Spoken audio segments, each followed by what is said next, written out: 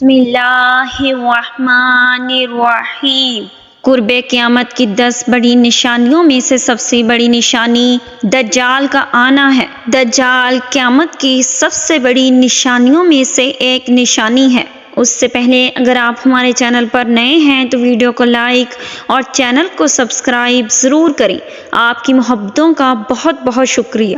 ناظرین، دجال کا فتنہ تمام فتنوں سے سب سے بڑا ایک فتنہ ہوگا، جس کی بڑائی اور شدت کا اندازہ اس بات سے بھی لگایا جا سکتا ہے کہ ہر نبی علیہ السلام نے اپنے اپنے دور میں اپنی امتوں کو دجال کے فتنے سے آگاہ فرمایا۔ دجال کا معنی ہے بہت زیادہ جھوٹا شخص، کیونکہ دجال بھی حق کے ساتھ باطل کو ملا کر جھوٹ بولے گا، اس لیے اسے دجال کہا گیا ہے۔ یہ اولاً خود کو مومن ظاہر کرے گا اور لوگوں کو بھلائی کی طرف بلائے گا، لیکن آخرکار یہ نبوت کا اور خدائی کا دعویٰ کرنے لگ جائے گا۔ مشہور ہے کہ اس کی اصل یہود سے ہوگی۔ حکیم الامت مفتی احمد یار خان نعیمی رحمۃ اللہ علیہ فرماتے ہیں، دجال 2 قسم کے ہیں، چھوٹے اور بڑے۔ چھوٹے دجال بہت ہوئے، ہر جھوٹا نبی، چھوٹا مولوی جو لوگوں کو گمراہ کرے وہ چھوٹے دجال ہیں۔ بڑا دجال صرف ایک ہی ہے جو کہ خدائی کا دعویٰ کرے گا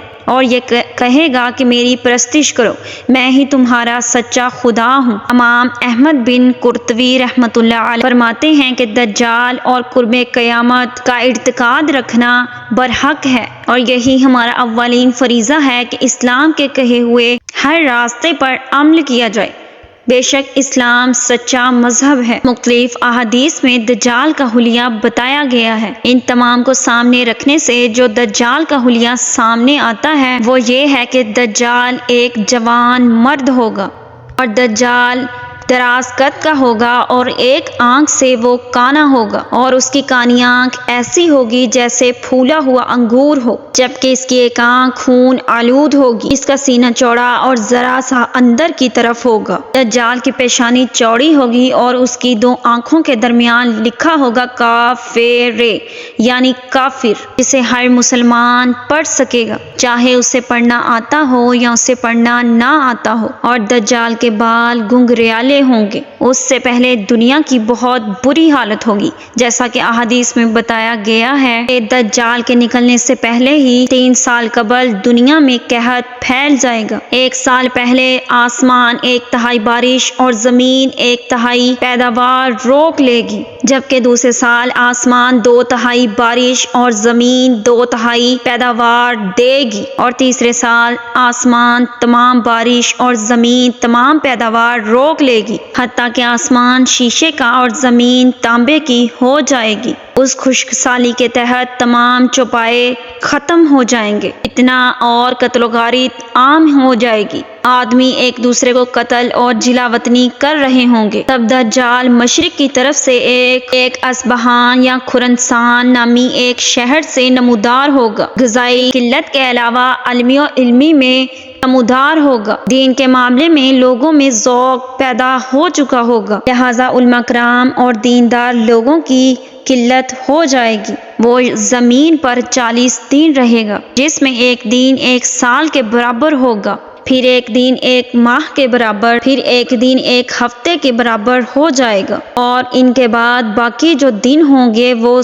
عام پہلے کی طرح ہو جائیں گے۔ اس کے بعد دجال اپنے گدھے کے اوپر بیٹھ کر تمام دنیا کا چکر لگائے گا۔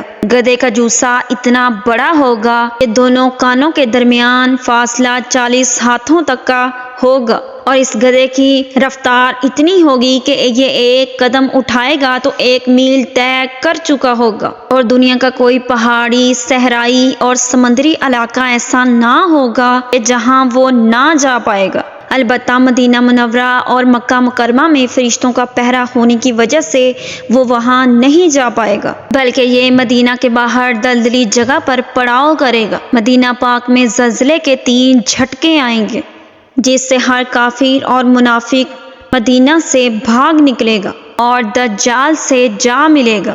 اس دن مدینہ منورہ ہر کافر فاسق سے پاک ہو جائے گا، اس لیے اس دن کا نام یوم الخلاص بھی ہے۔ اور بعض روایات کے مطابق بیت المقدس پر بھی وہ دجال نہیں جا پائے گا، دجال کئی طریقوں سے لوگوں کے ایمان کو زائل کرنے کی کوشش کرے گا۔